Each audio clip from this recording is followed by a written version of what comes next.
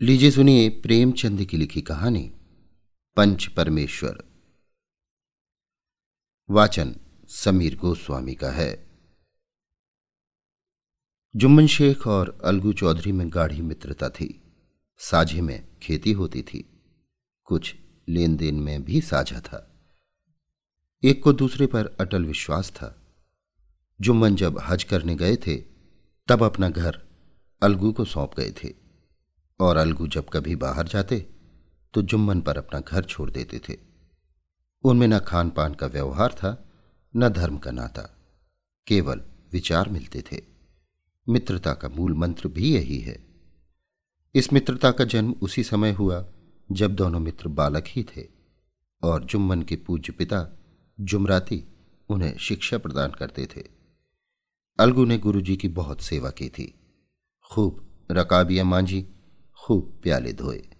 उनका हुक्का एक क्षण के लिए भी विश्राम न लेने पाता था, क्योंकि प्रत्येक चिलम अलगू को आध घंटे तक किताबों से अलग कर देती थी।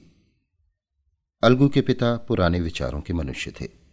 उन्हें शिक्षा की अपेक्षा गुरु की सेवा शुश्रूषा पर अधिक विश्वास था। वो कहते थे कि विद्या पढ़ने से नहीं आती, जो कुछ होता है गुरु के आशीर्वाद से। बस गुरु जी की कृपा दृष्टि चाहिए। अतएव यदि अलगू पर जुमराती शेख के आशीर्वाद अथवा सत्संग का कुछ फल न हुआ तो ये मानकर संतोष कर लेगा कि विद्योपार्जन में उसने यथाशक्ति कोई बात उठा नहीं रखी। विद्या उसके भाग्य ही में न थी तो कैसे आती। मगर जुमराती शेख स्वयं आशीर्वाद के कायल न थे। उन्हें अपने सोटे पर अधिक भरोसा था, और उसी सोटे के प्रताप से आज आसपास के गांव में जुम्मन की पूजा होती थी। उनके लिखे हुए रहननामे या बेनामे पर कचहरी का मुहर्रिर भी कलम न उठा सकता था। हल्के का डाकिया, कांस्टेबल और तहसील का चपरासी सब उनकी कृपा की आकांक्षा रखते थे।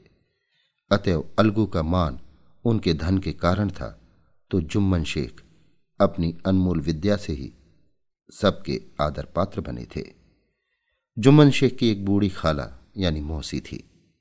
उसके पास कुछ थोड़ी सी मिल्कियत थी, परंतु उसके निकट संबंधियों में कोई न था। जुम्मन ने लंबे चौड़े वादे करके वो मिल्कियत अपने नाम लिखवा ली थी। जब तक दानपत्र की रजिस्ट्री न हुई थी तब तक खाला जान का खूब आदर सत्कार किया गया। उन्हें खूब स्वादिष्ट पदार्थ खिलाए गए, हलवे पुलाव की वर्षा सी की गई। पर रजिस्ट्री की मुहर ने इन खातिरदारियों पर भी मानो मुहर लगा दी। जुम्मन की पत्नी करीमन रोटियों के साथ कड़वी बातों के कुछ तेज तीखे सालन भी देने लगी।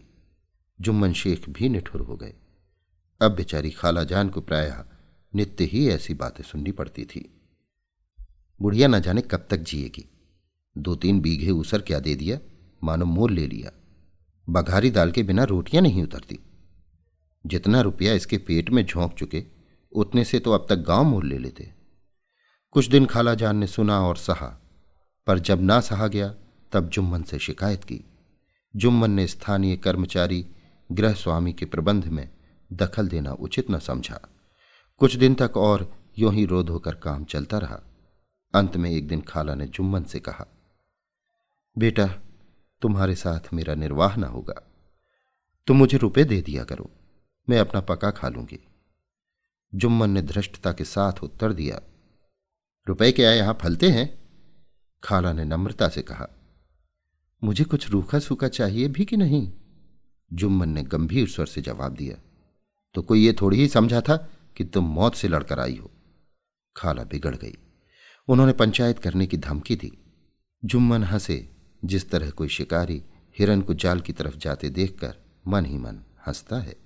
वो बोले, हाँ, जरूर पंचायत करो, फैसला हो जाए। मुझे भी ये रात दिन की खटखट पसंद नहीं। पंचायत में किसकी जीत होगी इस विषय में जुम्मन को कुछ भी संदेह न था।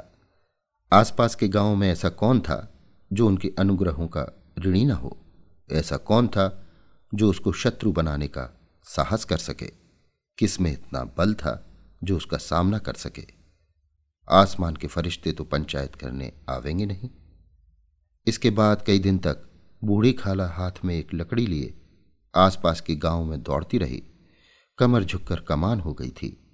एक एक पग चलना दूभर था, मगर बात आ पड़ी थी, उसका निर्णय करना जरूरी था। बिरला ही कोई आदमी होगा जिसके सामने बुढ़िया ने दुख के आंसू न बहाए हों। किसी ने तो यूं ही ऊपरी मन से हूं हां करके टाल दिया, और किसी ने इस अन्याय पर जमाने को गालियां दी। कहा, कब्र में पांव लटके हुए हैं, आज मरे कल दूसरा दिन, पर हवस नहीं मानती। अब तुम्हें क्या चाहिए? रोटी खाओ और अल्लाह का नाम लो। तुम्हें अब खेती बाड़ी से क्या काम है? कुछ ऐसे सज्जन भी थे जिन्हें हास्य रस के रसास्वादन का अच्छा अवसर मिला। झुकी हुई कमर, पोपला मुंह, सनके से बाल, इतनी सामग्री एकत्र हो तब हंसी क्यों ना आवे। ऐसे न्यायप्रिय, दयालु, दीन वत्सल पुरुष बहुत कम थे जिन्होंने उस अबला के दुखड़े को गौर से सुना हो और उसको सांत्वना दी हो। चारों ओर से घूम घाम कर बेचारी अलगू चौधरी के पास आई, लाठी पटक दी और दम लेकर बोली, बेटा तुम भी दम भर के लिए मेरी पंचायत में चले आना। अलगू, मुझे बुलाकर क्या करोगे? कई गांव के आदमी तो आवेंगे ही। खाला, अपनी विपत तो सबके आगे रो आई, अब आने ना आने का अख्तियार उनको है। अलगू, यूं आने को आ जाऊंगा मगर पंचायत में मुंह ना खोलूंगा। खाला, क्यों बेटा? अलगू, अब इसका क्या जवाब दूं? अपनी खुशी, जुम्मन मेरा पुराना मित्र है, उससे बिगाड़ नहीं कर सकता। खाला, बेटा क्या बिगाड़ के डर से ईमान की बात ना कहोगे? हमारे सोए हुए धर्म ज्ञान की सारी संपत्ति लुट जाए तो उसे खबर नहीं होती, परंतु ललकार सुनकर वो सचेत हो जाता है, फिर उसे कोई जीत नहीं सकता। अलगू इस सवाल का कोई उत्तर न दे सका, पर उसके हृदय में ये शब्द गूंज रहे थे, क्या बिगाड़ के डर से ईमान की बात न कहोगे? संध्या समय एक पेड़ के नीचे पंचायत बैठी। शेख जुम्मन ने पहले से ही फर्श बिछा रखा था। उन्होंने पान, इलायची, हुक्के, तंबाकू आदि का प्रबंध भी किया था। हाँ, वो स्वयं अलबत्ता अलगू चौधरी के साथ जरा दूर पर बैठे हुए थे। जब पंचायत में कोई आ जाता था तब दबे हुए सलाम से उसका स्वागत करते थे। जब सूर्य अस्त हो गया और चिड़ियों की कलरव युक्त पंचायत पेड़ों पर बैठी, तब यहां भी पंचायत शुरू हुई। फर्श की एक एक अंगुल जमीन भर गई, पर अधिकांश दर्शक ही थे। निमंत्रित महाशयों में से केवल वे ही लोग पधारे थे जिन्हें जुम्मन से अपनी कुछ कसर निकालनी थी। एक कोने में आग सुलग रही थी। नाइक ताबड़तोड़ चिलम भर रहा था। ये निर्णय करना असंभव था कि सुलगते हुए उपलों से अधिक धुआं निकलता था या चिलम के दमों से। लड़के इधर उधर दौड़ रहे थे, कोई आपस में गाली गलौज करते और कोई रोते थे। चारों तरफ कोलाहल मच रहा था। गांव के कुत्ते इस जमाव को भोज समझकर झुंड के झुंड जमा हो गए थे। पंच लोग बैठ गए तो बूढ़ी खाला ने उनसे विनती की, पंचो आज 3 साल हुए मैंने अपनी सारी जायदाद अपने भांजे जुम्मन के नाम लिख दी। इसे आप लोग जानते ही होंगे। जुम्मन ने तो मुझे ताहयात रोटी कपड़ा देना कबूल किया। साल भर तो मैंने इसके साथ रो धोकर काटा, पर अब रात दिन का रोना नहीं सहा जाता। मुझे न पेट की रोटी मिलती है न तन का कपड़ा। बेकस बेवा हूं, कचहरी दरबार नहीं कर सकती। तुम्हारे सिवा और किसको अपना दुख सुनाऊं? तुम लोग जो राह निकाल दो उसी राह पर चलूं। अगर मुझ में कोई ऐब देखो तो मेरे मुंह पर थप्पड़ मारो। जुम्मन में बुराई देखो तो उसे समझाओ क्यों एक बेकस की आह लेता है। मैं पंचों का हुक्म सिर माथे पर चढ़ाऊंगी। रामधन मिश्र, जिनके कई असामियों को जुम्मन ने अपने गांव में बसा लिया था, बोले, जुम्मन मियां, किसे पंच पत्ते हो? अभी से इसका निपटारा कर लो, फिर जो कुछ पंच कहेंगे वही मानना पड़ेगा। जुम्मन को इस समय सदस्यों में विशेषकर वे ही लोग दीख पड़े जिनसे किसी न किसी कारण उनका वैमनस्य था। जुम्मन बोले, पंचों का हुक्म अल्लाह का हुक्म है। खाला जान जिसे चाहें उसे बदें, मुझे कोई उज्र नहीं। खाला ने चिल्लाकर कहा, अरे अल्लाह के बंदे, पंचों का नाम क्यों नहीं बता देता? कुछ मुझे भी तो मालूम हो। जुम्मन ने क्रोध से कहा, इस वक्त मेरा मुंह ना खुलवाओ। तुम्हारी बन पड़ी है, जिसे चाहो पंच बदो। खाला जान जुम्मन के आक्षेप को समझ गईं। वो बोली, बेटा खुदा से डरो, पंच न किसी के दोस्त होते हैं न किसी के दुश्मन। कैसी बात कहते हो? और तुम्हारा किसी पर विश्वास ना हो तो जाने दो। अलगू चौधरी को तो मानते हो? लो, मैं उन्हीं को सरपंच बदती हूं। जुम्मन शेख आनंद से फूल उठे, परंतु भावों को छिपाकर बोले, अलगू ही सही, मेरे लिए जैसे रामधन वैसे अलगू। अलगू इस झमेले में फंसना नहीं चाहते थे। वे कन्नी काटने लगे। बोले, खाला तुम तो जानती हो कि मेरी जुम्मन से गाढ़ी दोस्ती है। खाला ने गंभीर स्वर में कहा, बेटा दोस्ती के लिए कोई अपना ईमान नहीं बेचता। पंच के दिल में खुदा बसता है। पंचों के मुंह से जो बात निकलती है वो खुदा की तरफ से निकलती है। अलगू चौधरी सरपंच हुए। रामधन मिश्र और जुम्मन के दूसरे विरोधियों ने बुढ़िया को मन में बहुत कोसा। अलगू चौधरी बोले, शेख जुम्मन, हम और तुम पुराने दोस्त हैं। जब काम पड़ा तुमने हमारी मदद की है और हम भी जो कुछ पन पड़ा तुम्हारी सेवा करते हैं।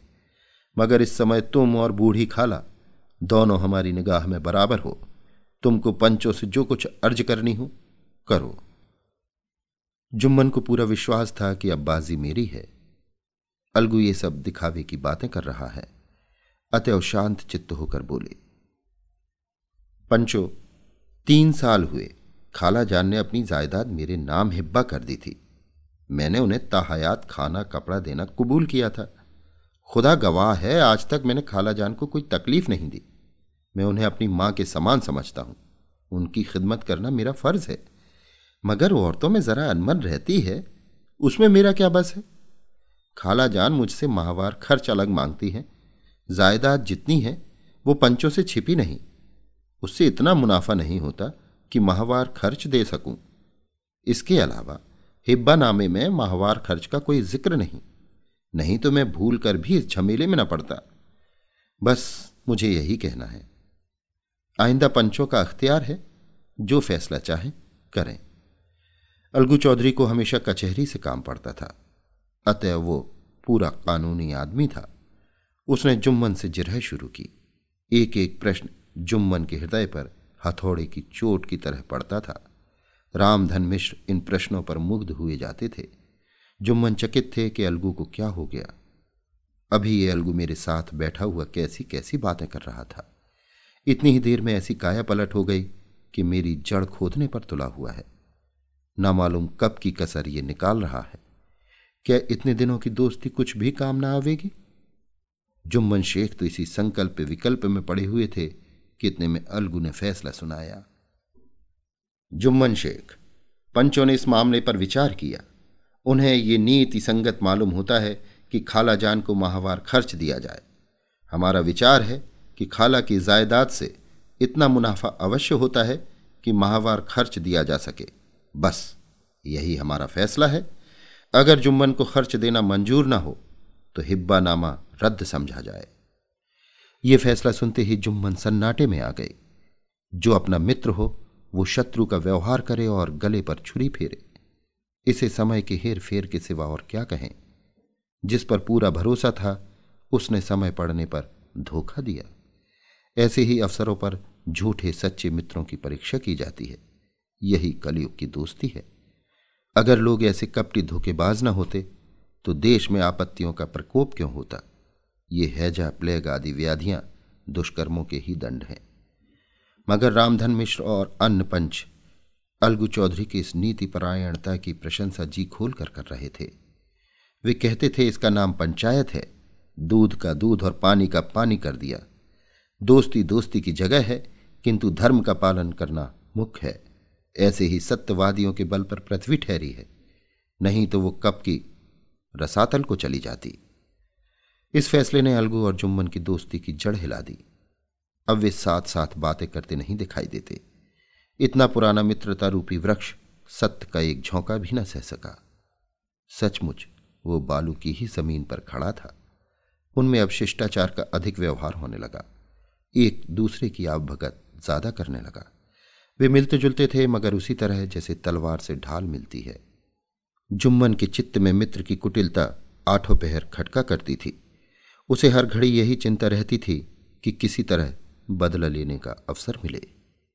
अच्छे कामों की सिद्धि में बड़ी देर लगती है, पर बुरे कामों की सिद्धि में ये बात नहीं होती। जुम्मन को भी बदला लेने का अवसर जल्दी ही मिल गया। पिछले साल अलगू चौधरी बटेसर से बैलों की एक बहुत अच्छी गोई मोल लाए थे। बैल पछाही जाति के सुंदर बड़े बड़े सींगों वाले थे। महीनों तक आसपास के गांवों के लोग दर्शन करते थे। देवयोग से जुम्मन की पंचायत के 1 महीने बाद इस जोड़ी का एक बैल मर गया। जुम्मन ने दोस्तों से कहा, यह दगाबाजी की सजा है।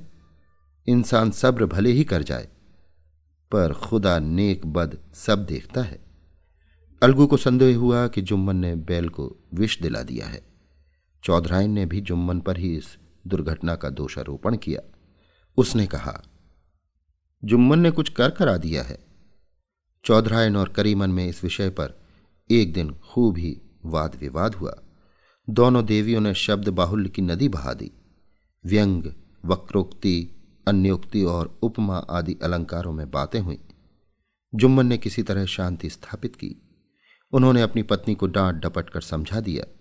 वो उसे उस रणभूमि से हटा भी ले गए। उधर अलगू चौधरी ने समझाने बुझाने का काम अपने तर्कपूर्ण सोंटे से लिया। अब अकेला बैल किस काम का। उसका जोड़ बहुत ढूंढा गया, पर ना मिला। निदान ये सलाह ठहरी कि इसे बेच डालना चाहिए। गांव में एक समझू साहू थे। वो इक्का गाड़ी हाँकते थे। गांव के गुड़ घी लाद कर मंडी ले जाते, मंडी से तेल नमक भर लाते और गांव में बेचते। इस बैल पर उनका मन लहराया। उन्होंने सोचा कि बैल हाथ लगे तो दिन भर में बेखटके 3 खेप हों। आजकल तो एक ही खेप में लाले पड़े रहते हैं। बैल देखा, गाड़ी में दौड़ाया, बाल भौरी की पहचान कराई, मोल तोल किया और उसे लाकर द्वार पर बांध ही दिया। 1 महीने में दाम चुकाने का वादा ठहरा। चौधरी को भी गरज थी ही, घाटे की परवाह न की। समझू साहू ने नया बैल पाया तो लगे उसे रगेदने। वो दिन में 3-3, 4-4 खेपे करने लगे। न चारे की फिक्र थी न पानी की, बस खेपों से काम था। मंडी ले गए, वहां कुछ सूखा भूसा सामने डाल दिया। बेचारा जानवर अभी दम भी न ले पाया था कि फिर जोत दिया। अलगू चौधरी के घर था तो चैन की बंशी बजती थी। बैलराम छठे छमाहे कभी बहली में जोते जाते थे। खूब उछलते कूदते और कोसों तक दौड़ते चले जाते थे। वहां बैलराम का रातिब था। साफ पानी, दली हुई अरहर की दाल और भूसे के साथ खली, और यही नहीं, कभी कभी घी का स्वाद भी चखने को मिल जाता था। शाम सवेरे एक आदमी खरहरे करता, पहुंचता और सहलाता था। कहाँ वो सुख चैन, कहाँ ये 8 पहर की खपत। महीने भर ही में वो पिस सा गया। इक्के का जुआ देखते ही उसका लहू सूख जाता था। एक एक पग चलना दूभर था। हड्डियां निकल आई थी, पर था वो पानीदार। मार की बर्दाश्त न थी। एक दिन चौथी खेप में साहू जी ने दूना बोझ लादा। दिन भर का थका जानवर पैर न उठते थे, पर साहू जी कोड़े फटकारने लगे। बस फिर क्या था, बैल कलेजा तोड़कर चला।